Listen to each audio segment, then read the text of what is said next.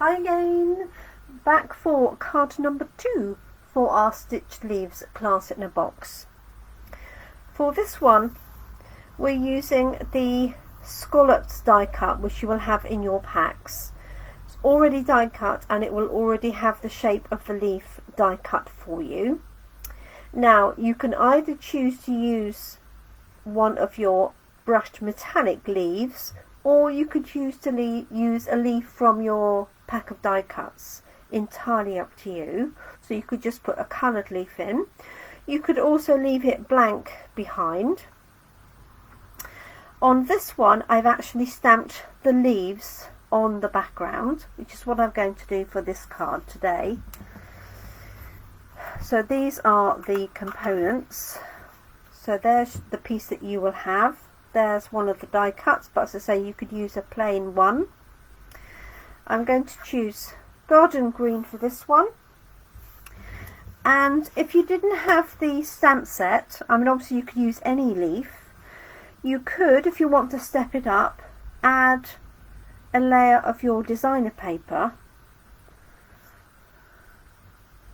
behind the layer of your card. Okay, so I will give you dimensions for that, which will fit in there nicely. I'm going to show you the stamped version.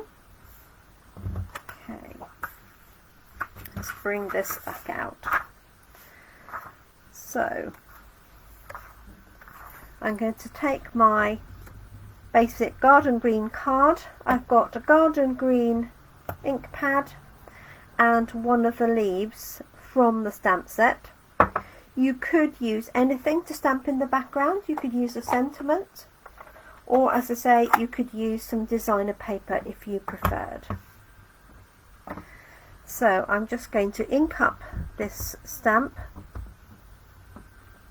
and just basically stamp the leaf all the way over. Now this is quite an inky stamp, but you can see how it's doing the watercolour effect for you. Now because I know this is going to have this in the middle, I'm not too worried about covering the middle area, so I'm just literally going to go all the way around, turning the leaf as I do so that I got it at different angles, and making sure that my leaves are approximately equal distance from each other. I'm just going to move this down like so. Turn the card round so you're not stamping at a peculiar angle.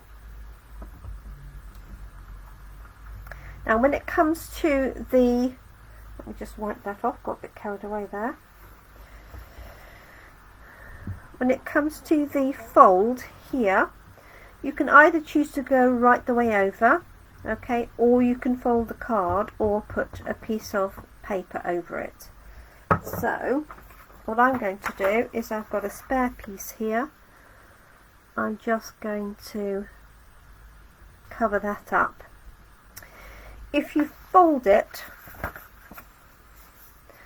very often you'll just get a missing bit along this fold here where the crease is. Okay, so I tend to favour doing it like so, just with a piece of thin paper, so copy paper if you haven't got grid paper. Okay, so let's have one going across there. As I said, I'm only going round the edges.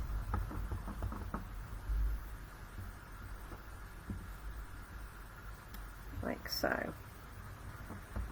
Now what you can do is just pop your template on and see if you've got any obvious gaps around the edge.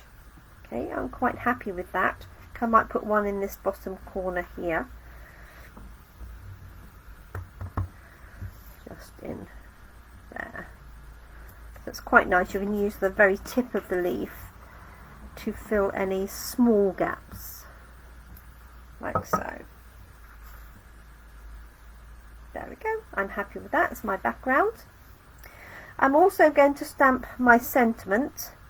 So this comes from the set, and I've used I Thought of You today. I'm going to use the same sentiment. I'm going to carry on with the garden green. Hopefully this will stand out enough. If not, you could certainly use early espresso or black. Okay, happy with that. So that's all of the stamping. If you don't have the stamp set, obviously you can stamp your own sentiment on the bottom, or you could use a die cut for your sentiment. Take this out of the way.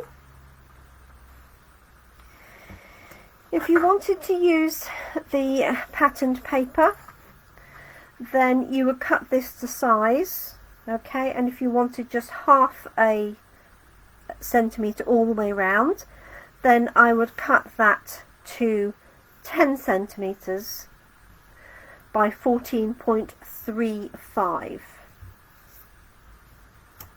Let me write that down, but I will have it on the dimensions. So 10 centimetres by 14.35 centimetres. That's the width, and that's the height, like so. That will give you half a centimetre all the way around. Okay, that will be in the file of dimensionals which I'm building up as we go along. Okay, so let's get back to this one here.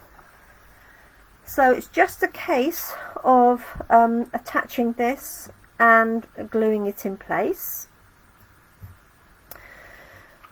I put these on with dimensionals, and you could put this flat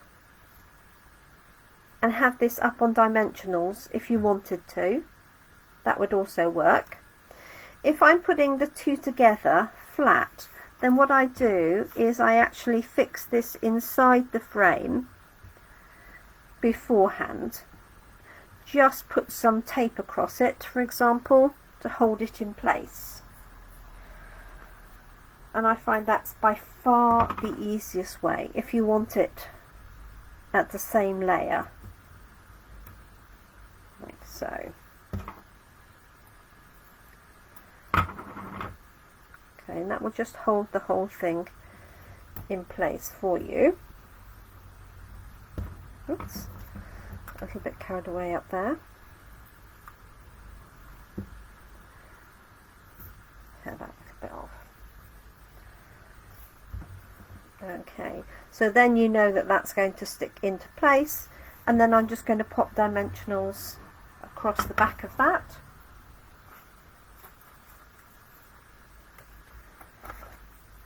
I've got some assorted offcuts here that I'm going to use. Oh no, I've got some here. I knew I had some somewhere at the ready. So I'm just going to pop these on. I'm not taking the tape off the back of there because I want the whole thing to stay on dimensionals. So by all means put them across the edges there if you want, and if you can see a little bit where it's, you know, trying to pop out, just put an extra little bit of tape on there, like so, just to hold it all in place. I find that easier than trying to stick two layers down, but if you wanted, as I said, you could put part of this up on dimensionals rather than the whole thing if you preferred.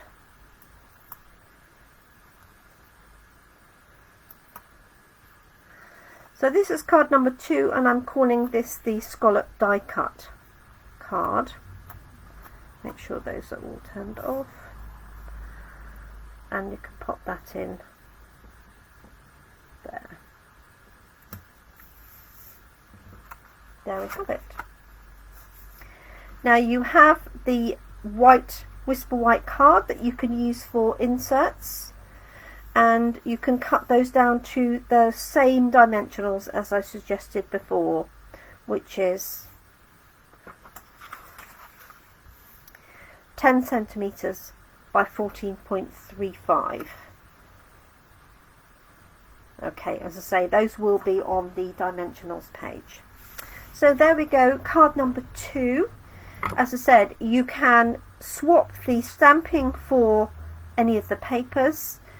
You could leave that hole cut out empty to show the paper behind, for example, or you could switch out the brushed metallic piece for a different colour altogether. Thank you very much indeed.